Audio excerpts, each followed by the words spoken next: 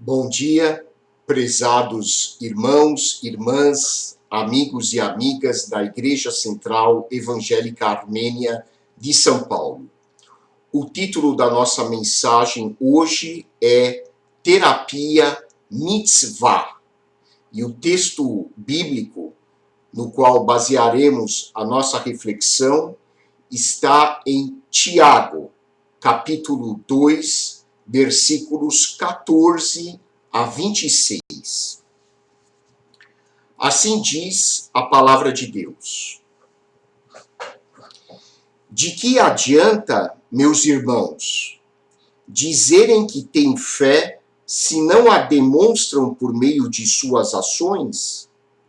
Acaso esse tipo de fé pode salvar alguém?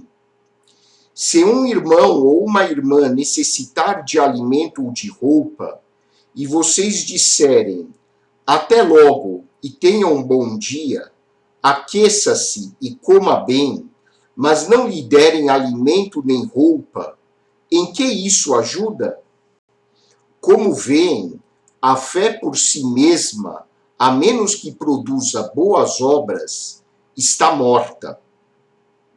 Mas alguém pode argumentar, uns têm fé, outros têm obras. Mostre-me sua fé sem obras, e eu, pelas minhas obras, lhe mostrarei minha fé. Você diz crer que há um único Deus. Muito bem, até os demônios creem nisso e tremem de medo. Quanta insensatez! Vocês não entendem que a fé sem as obras é inútil? Não lembram que nosso antepassado Abraão foi declarado justo por suas ações quando ofereceu seu filho Isaque sobre o altar? Como veem, sua fé e suas ações atuaram juntas, e assim as ações tornaram a fé completa. E aconteceu exatamente como as Escrituras dizem. Abraão creu em Deus e assim foi considerado justo. Ele até foi chamado amigo de Deus. Vejam que somos declarados justos pelo que fazemos e não apenas pela fé. Raabe, a prostituta, é outro exemplo. Ela foi declarada justa por causa de suas ações quando escondeu os mensageiros e os fez sair em segurança por um caminho diferente. Assim como o corpo sem fôlego está morto, também a fé sem obras está morta. Oremos. Santo Deus, nosso Pai, ilumina agora as nossas mentes e os nossos corações, para que possamos compreender o significado deste texto bíblico e aplicarmos este ensino às nossas vidas. Perdoa, Pai, os nossos pecados e que nós possamos estar receptivos agora à ministração do Espírito Santo. Nós te pedimos agradecidos em nome de nosso Senhor e Salvador Jesus Cristo. Amém. O Dr. Bill O'Hanlon, em seu livro Espiritualidade Orientada para a Solução, comenta a respeito de um terapeuta famoso nos Estados Unidos, o Dr. Milton Erickson, que certa vez foi chamado para atender uma senhora com depressão. Esta mulher, após uma enfermidade grave, ficou confinada a uma cadeira de rodas. E isso aconteceu lá por volta de 1950. Devido ao fato de ela ficar numa cadeira de rodas, ela praticamente se isolou do convívio social e entrou em depressão. Então, o Dr. Milton Erickson foi chamado para atender esta senhora, e quando ele a visitou, ele percebeu que a casa dela era muito triste, lugar era muito escuro, tudo era muito escuro na casa dela. Mas havia um lugar que tinha brilho. Um lugar, praticamente o único lugar da casa em que havia claridade. Era um canteiro de flores, onde essa senhora cultivava flores muito bonitas e raras. Dr. Milton Erickson pensou bem e sugeriu uma forma diferente de terapia para tratar a depressão desta mulher. Ele disse a ela o seguinte: você vai, de alguma maneira, obter o boletim semanal da igreja que a senhora frequenta. Ela havia dito que havia frequentado uma igreja. Então ele disse para ela: olha, a senhora vai pegar, de alguma maneira, vai ter acesso ao boletim semanal da sua igreja, e a senhora vai procurar saber quais são as pessoas que tiveram nessa semana algum evento significativo na família. Um evento que pode ser bom ou ruim. Por exemplo, um noivado, uma formatura, o nascimento de uma criança da família, ou o falecimento de alguém, uma pessoa que está com um familiar doente. E a senhora vai tentar fazer uma visita a essa pessoa. Mas quando a senhora visitar essa pessoa, a senhora vai levar uma flor que a senhora planta nesse canteiro que a senhora tem em casa. São flores muito bonitas. A senhora então vai fazer a visita e vai presentear a pessoa com uma dessas flores. A senhora então vai dar as suas congratulações, se a notícia que envolve a família for algo positivo, ou a senhora vai dar os seus pêsames, se a notícia for triste. Ele deu essa sugestão e foi embora. Anos e anos se passaram. Um dia essa mulher veio a falecer. E a sua morte foi assunto nos jornais da época. O velório dela ficou lotado. Milhares e milhares de pessoas foram visitá-la. Mal as pessoas conseguiam entrar na igreja de tantas pessoas que foram se despedir desta senhora. Ela, com o passar dos anos, visitando as pessoas, por sugestão do Dr. Milton Erickson, e levando a estas pessoas o seu carinho, dando a elas uma flor de presente, ela conseguiu, além de tratar a sua depressão, tocar o coração de milhares de pessoas. Muitas pessoas, com este simples gesto de amor desta senhora, tiveram as suas vidas transformadas. Esta terapia foi chamada de terapia mitzvah. Mitzvah em hebraico significa boa ação. E perceberam então que a prática de uma boa ação pode levar uma pessoa até a cura de um problema sério de saúde mental. Como disse o Dr. Martin Luther King Jr., a pergunta mais importante da vida é: o que você está fazendo para os outros? E Gandhi, com essa mesma linha de raciocínio, afirmou certa vez: a melhor maneira de você se encontrar é você se perder no serviço para os outros.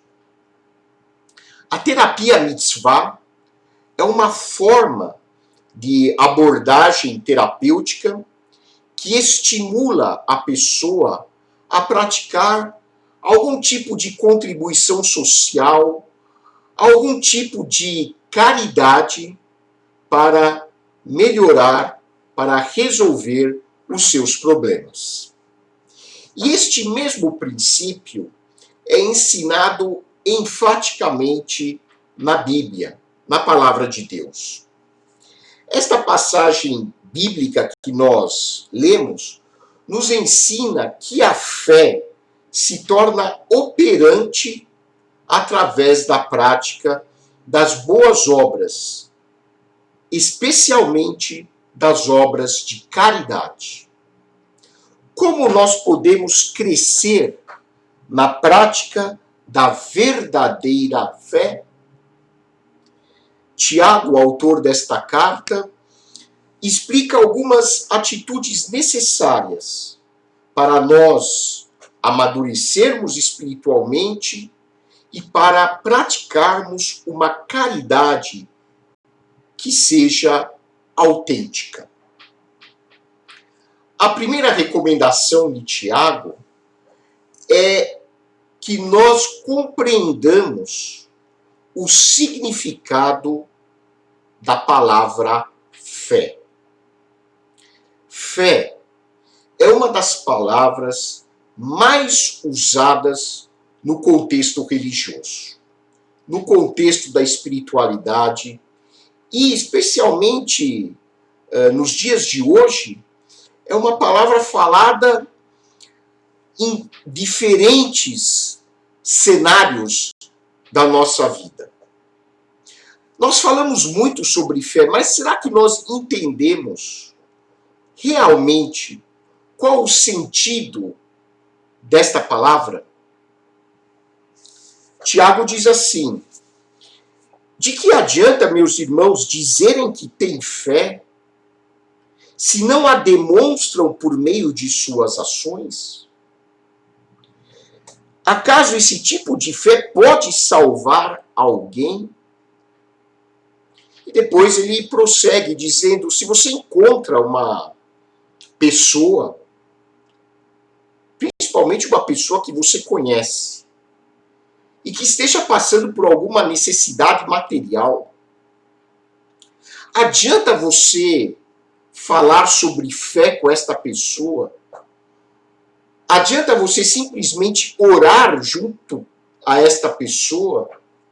Se você não praticar a caridade, se você não oferecer a ela um alimento que ela precisa comer, oferecer a ela um cobertor, por exemplo, para ela não passar frio, de que adianta ter fé se esta fé não se traduz em boas ações, se esta fé não se materializa, não se concretiza na prática da caridade? Esta fé é inútil. E aqui nós precisamos então recorrer ao sentido da palavra fé no seu original grego. E por que nós dizemos isso? Porque as nossas Bíblias em português se baseiam, em termos de significado, principalmente no latim. A língua portuguesa tem uma forte influência do latim. E para nós que falamos português, a palavra que mais se associa ao termo fé é a palavra crença. Muitas pessoas, inclusive, substituem ter fé por crer em algo. Isso é por causa da nossa influência latina. O grande problema é que no latim, e consequentemente na língua portuguesa também, crer tem um componente muito mais intelectual do que afetivo e relacional. Então, com o passar dos séculos, a palavra fé, principalmente na nossa cultura latina, passou a ter um significado de assentimento intelectual a uma verdade, a um dogma religioso, por exemplo. Então, se você perguntar para muitos cristãos o que você entende por fé, ele vai dizer assim, mais ou menos. Se você perguntar para uma pessoa cristã, ela vai dizer assim: olha, fé é eu crer que Jesus Cristo é o Filho de Deus, que ele morreu na cruz, que ele ressuscitou, que ele está vivo. Então, se eu creio nesta verdade, eu tenho fé. Claro que isso também faz parte da fé. Esse componente intelectual faz parte da fé, mas não é o componente mais importante do sentido da palavra fé. O componente mais importante, baseado no termo grego do qual a palavra fé é traduzida, é o sentido de confiança. Fé é ter confiança. Exercer a fé é exercer a confiança. Esse é o sentido mais importante da palavra fé na língua grega. E o Novo Testamento foi escrito na língua grega. Então, para os autores originais do Novo Testamento, quando eles falavam em ter fé em Jesus Cristo, para eles, o significado mais importante desta expressão é dizer que nós podemos e devemos depositar a nossa confiança em Jesus Cristo, porque ele é fiel, ele é uma pessoa leal. Nós podemos descansar em Jesus Cristo, compreendendo que ele é a expressão autêntica e perfeita da natureza amorosa de Deus. Jesus Cristo é a encarnação da graça de Deus. E neste sentido, nós podemos confiar, ter fé, confiar em Deus como sendo fiel, leal, amoroso, porque nós podemos ver Deus retratado na pessoa de Jesus Cristo. Ou seja, Jesus Cristo é a prova material, concreta, de que Deus nos ama incondicionalmente, de que ele nos aceita exatamente como nós somos. E quando nós então passamos a confiar em Cristo como o nosso abrigo, como a nossa fortaleza, como o nosso refúgio, como a nossa fonte de segurança, como a expressão mais perfeita e sublime do amor incondicional de Deus por nós. Quando nós realmente temos esse tipo de fé, as nossas vidas são transformadas. as nossas vidas são radicalmente modificadas. A fé, a confiança, leva inevitavelmente a um novo tipo de relacionamento. Por isso que nós dizemos em teologia que a fé é sempre relacional. Como dizia o teólogo Paul Tillich, a fé é aquilo que nos toca incondicionalmente.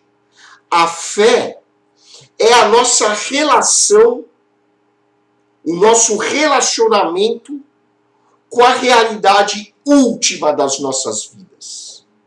Com aquela verdade que realmente modifica o nosso interior.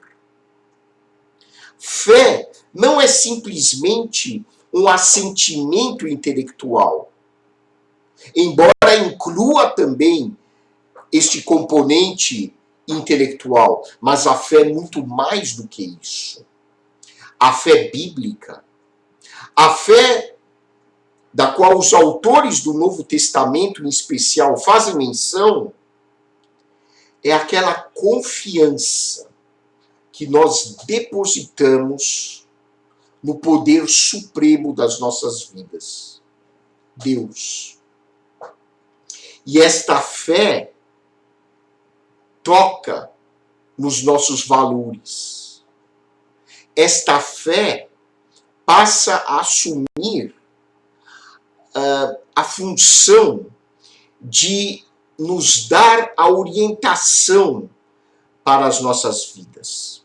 Como disse o teólogo James Fowler, fé é a orientação de toda a nossa personalidade em relação a nós mesmos, aos outros, ao mundo, determinando as nossas atitudes, a nossa escala de valores e o nosso comprometimento com o poder transcendente, que nós chamamos de Deus. Ou seja, a verdadeira fé é um elemento profundamente transformador. Ou seja, Tiago está chamando a atenção para esta verdade. Se eu digo que tenho fé, mas a minha vida não foi transformada, se eu continuo a mesma pessoa de antes, esta fé é morta. Esta fé é inútil. Esta fé, usando uma expressão do cotidiano, é uma fé fake. Não serve para nada. A verdadeira fé vai produzir uma transformação nas minhas atitudes para comigo, para com os outros, para com o mundo em geral. Em segundo lugar, Tiago explica que para nós crescermos, amadurecermos na prática da verdadeira fé e na prática da caridade autêntica, nós precisamos nos enxergar nos outros. Isso é muito importante, especialmente nos dias que nós estamos vivendo hoje. Graças a Deus, muitas pessoas neste momento de pandemia estão demonstrando a sua solidariedade, o seu espírito de compaixão, de fraternidade, mas ao mesmo tempo, infelizmente, muitas pessoas estão mais egocêntricas, vivendo mais em função de si mesmas, pensando assim: eu quero mais é preservar a minha vida, não me importa o que vai acontecer com os outros. A verdadeira fé me leva a me enxergar nas outras pessoas. É isso que Tiago diz. Tiago explica o seguinte: se você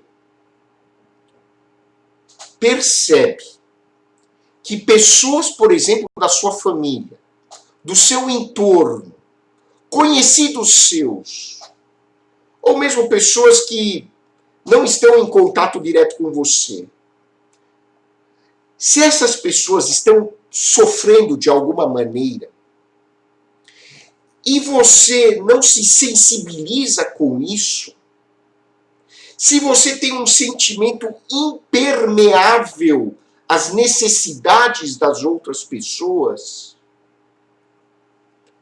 você não tem fé. E se você pensa que você tem fé, esta fé é uma grande ilusão. Porque a fé gera o amor. A confiança no amor de Deus me leva a expressar este amor em relação aos outros. Eu passo a enxergar nos outros uma extensão da vida que existe dentro de mim. Eu não posso ver uma pessoa sofrendo e eu tendo algum tipo de governabilidade sobre essa situação e não fazer absolutamente nada. A fé me torna sensível às necessidades do ser humano. Isso gera, por exemplo, a empatia. Eu passo, mediante a fé, a conseguir me colocar no lugar das outras pessoas. Quando elas sentem a tristeza pelo falecimento de uma pessoa querida, eu também me coloco no lugar delas e posso entender o que elas estão sentindo. A fé é um elemento humanizador. A fé nos torna verdadeiramente humanos. Por isso eu gosto da expressão predileta de Jesus para se referir a si mesmo.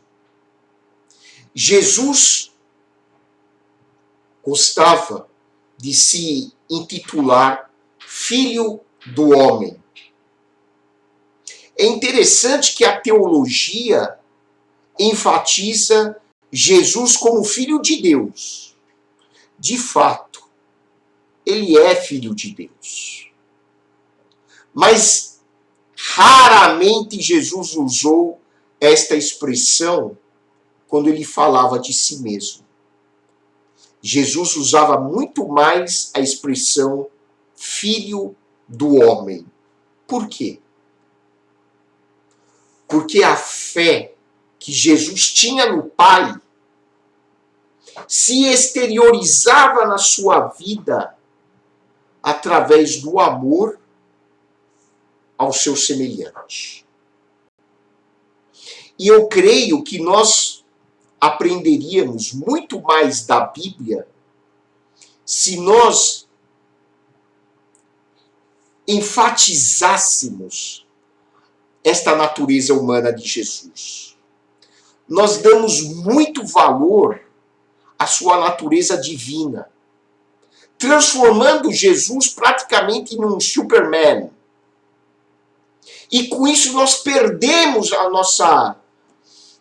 nosso contato, a nossa conexão com a pessoa de Jesus. Porque é difícil você ter comunhão com uma pessoa que não tem nada a ver com você. Mas se você enxergar em Jesus um irmão, um amigo, uma pessoa de carne e osso, uma pessoa realmente humana, embora ele também tivesse a sua natureza divina, mas se você enxergar em Jesus o seu lado humano, eu tenho certeza que a sua fé aumentará. E finalmente, Tiago diz que para a nossa fé ser operante, para a nossa fé se tornar amadurecida, uma fé integral, ela precisa se traduzir em obras de caridade. Não são as obras de caridade que nos salvam. Não é a fé teórica que nos salva. O que nos salva, de acordo com a Bíblia, é uma fé viva, operante, que se traduz em boas obras, principalmente obras de caridade. Esse tipo de fé nos salva. Estas obras de caridade, como o Dr. Bill O'Hanlon fala em seu livro, como o Dr. Milton Erickson percebeu na sua prática profissional, como vários outros profissionais da área de saúde sabem bem, devido ao seu dia a dia no trabalho profissional, estas boas ações podem revolucionar a vida do ser humano. Não só transformar a vida de quem as pratica, mas transformar a vida das pessoas que foram os recipientes destas obras de caridade. Nós podemos, meus queridos irmãos e irmãs, mudar totalmente o curso da nossa história se nós praticarmos ações sociais, obras de caridade que brotem do amor e da fé. A caridade, quando praticada com fins egoístas, não transforma ninguém.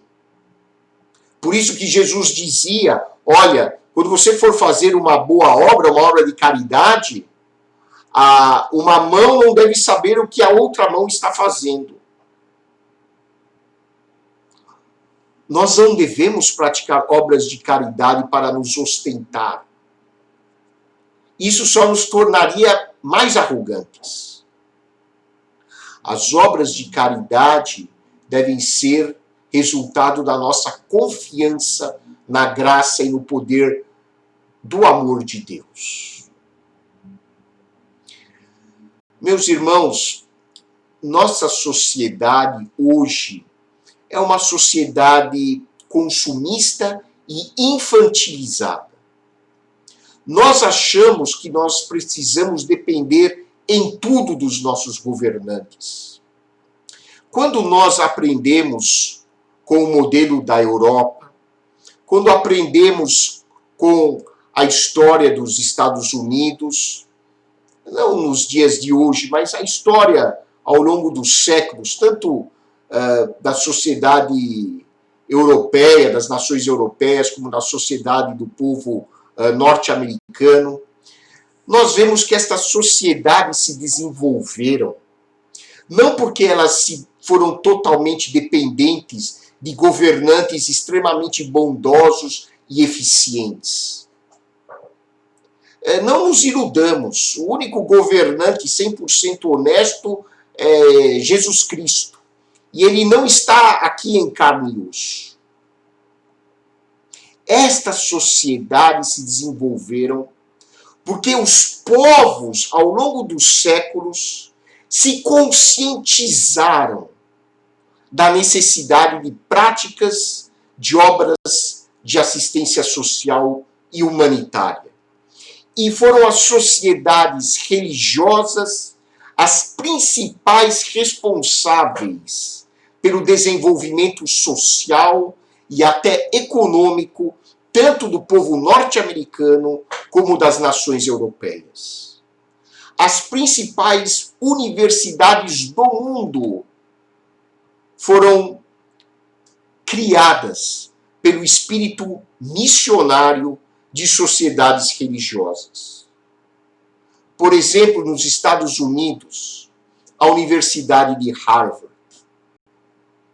Aqui no Brasil, nós temos do lado católico, a Pontifícia Universidade Católica. Nós temos as Santas Casas. Nós temos a Universidade Presbiteriana Mackenzie. Nós temos a Faculdade Metodista. E outras instituições que foram criadas a partir da consciência social e religiosa de grupos ligados à espiritualidade. Vamos modificar o rumo da nossa história.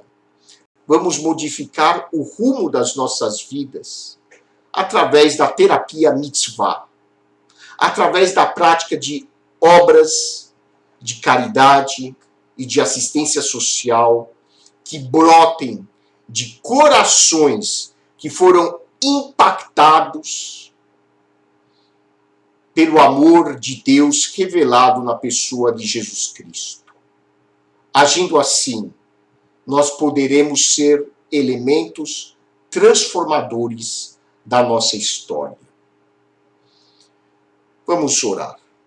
Santo Deus, nosso Pai, pedimos que o teu poder esteja nos conscientizando e nos transformando para praticarmos obras de caridade que manifestem o teu amor através de nós. Que as pessoas, querido Deus, sintam-se acolhidas, amadas e aceitas através das nossas boas ações. Que nós possamos demonstrar Cristo de uma maneira bastante objetiva, através de atitudes que demonstrem a bondade com que o Senhor nos trata e nos continuará tratando. Nós te agradecemos em nome de nosso Senhor e Salvador Jesus Cristo. Amém. Que a graça de nosso Senhor e Salvador Jesus Cristo, o amor de Deus, o nosso Pai, e a comunhão do Espírito Santo sejam com todos vocês, agora e para sempre. Desejo a vocês uma excelente semana e que Deus abençoe vocês e suas famílias. Um grande abraço.